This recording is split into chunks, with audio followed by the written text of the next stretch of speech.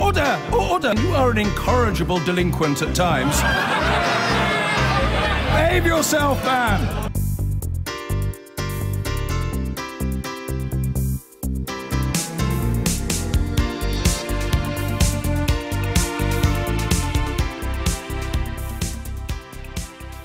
Now, whatever happened to the Young Conservatives? Founded at the Junior Imperial League in 1906, in the 1950s it had 150,000 members, making it the largest political youth organisation outside the Soviet bloc.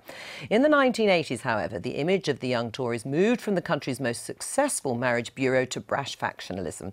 By the 1990s, the comedian Harry Enfield had created his Tory boy character, capturing the popular perception of the Conservatives' youth wing. Do you want your house to be compulsorily purchased and turned into an Indian women's hopscotch collective? That's what Gordon Brown wants.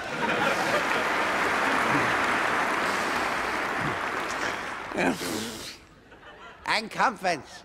Do you want to look out of your bedroom window one morning to find that your car has been taken away by a stranger? It's not been stolen, oh no. It's been given away by Brussels to a Spanish fisherman. That's what Tony Blair wants.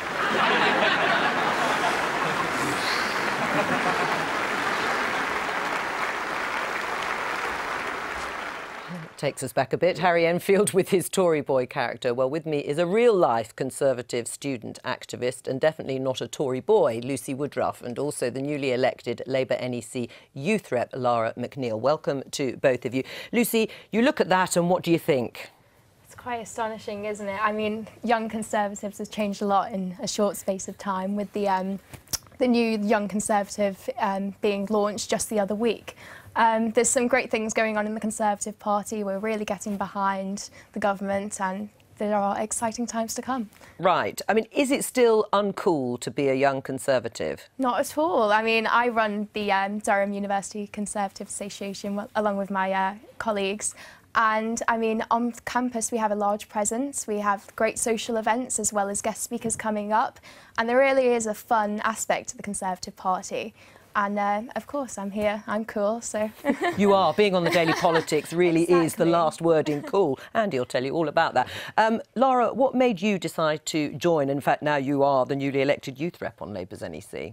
Yeah, I don't think it's about being cool or fun or anything. I think it's about looking at society and realising that young people deserve better than what they're getting under the Tories. I joined because education and the NHS were really important to me. I'm a medical student, and when I was applying to university, I realised that my income affected my chances in life. And the Tories claim to be the party of aspiration, but I definitely didn't feel that.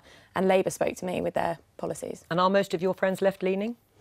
Yeah, a lot of them are. I think even the ones that aren't members of the Labour Party, they see that Labour speaks for them, whether that's about cutting tuition fees, addressing the mental health crisis, the housing crisis. It's issues that they care about, and Labour's speaking for them. Right.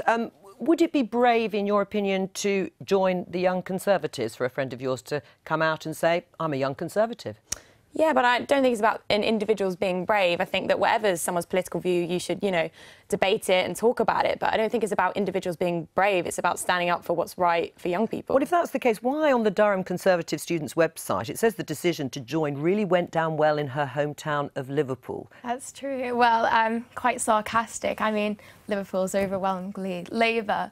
But I joined the party because I believe we're the party of opportunity, social mobility. I'm from a working class background, and through the Conservatives I've been able to go to university, benefit from the maintenance loan, and, you know, it's all down to my own hard work and achievement, and the Conservatives have supported me through that. Right, and how many sort of young people are there? I mean, do you feel there are more now than there have been in the last sort of 5-10 years? Definitely so. I mean, every couple of weeks we get more and more new members wanting to join what we're doing because they see that, you know, we're a stable... The Conservatives provide stable economy where we understand that if we spend more, if the Labour government spends more, we have to pay off the debt when we grow up. So it's about providing a stable economy. Lara, the idea that the Labour Party is suddenly overrun with young people, certainly Momentum has obviously grown the membership. That's a myth, isn't it? Because actually the average age is actually 53. Well, we're a fifth of the party, so there's 110,000 young members to about 500,000, and Young Labour itself overtakes the Conservative and Lib Dem parties. They estimate the Conservatives have about 70,000 members, so we're definitely a mass movement, and the average age of the Conservative Party is estimated to be 72, so I don't think we're really doing that badly in comparison, are we? Right. Do you know what the average age of Conservative members is? Is it as high as 72? It probably is, but it doesn't mean that there aren't any young people there. And the Conservative Party speaks for us because young people grow up to be older people. So. We were young once, weren't we? I mean, you are younger anyway, I'm sure. Were you a member of Young Conservatives? No, I was a Conservative student, though, and, I mean, that image takes us back to an image perhaps we want to forget. But, I mean, Lucy's right. If you were to walk the streets of the West Midlands with the team for the local council elections, you'd see lots of young people. And the really important thing is they're representative of modern Britain, from diverse communities, working in very ambitious jobs. And I'm very confident that our message is connecting. All right. It's about jobs, housing, things that matter. And on that, we have to say goodbye.